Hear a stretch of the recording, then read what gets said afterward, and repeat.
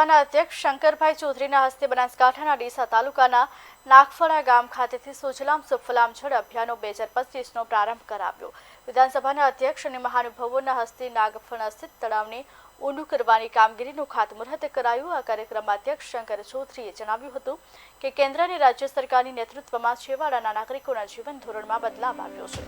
રાજ્ય સરકાર દ્વારા ખેડૂતો અને પશુપાલકો માટે બજેટમાં વિશેષ જોગવાઈઓ કરી છે, જેનો ફાયદો લોકોને મળી રહ્યો છે। સુજલામ સુફલામ જળ અભિયાન કેચ ધ રેન અંતર્ગત બનાસકાંઠાને પાણીદાર બનાવવા માટે આપણે સૌ કોઈએ પાણીનો બચાવ તથા ભૂગર્ભ જળના તળને ઊંચા લાવવા માટે સહિયારા કાર્યો કરવા પડશે। રાજ્ય સરકારે જૂના કુવા અને બોરને રિચાર્જ કરવા માટે 90% જેટલી સબસિડી આપવા માટે પ્રતિબદ્ધતા દર્શાવી છે। આ કાર્યક્રમમાં પૂર્વ સાંસદો, પૂર્વ ધારાસભ્યો, જિલ્લા કલેક્ટર, જિલ્લા વિકાસ અધિકારી, ડીસા પ્રાંત અધિકારી, બનાસ મેડિકલ કોલેજના ચેરમેન સહિતના સહકારી આગેવાનો, અધિકારીઓ, બહોળી સંખ્યામાં ગ્રામ લોકો પણ ઉપસ્થિત રહ્યા હતા।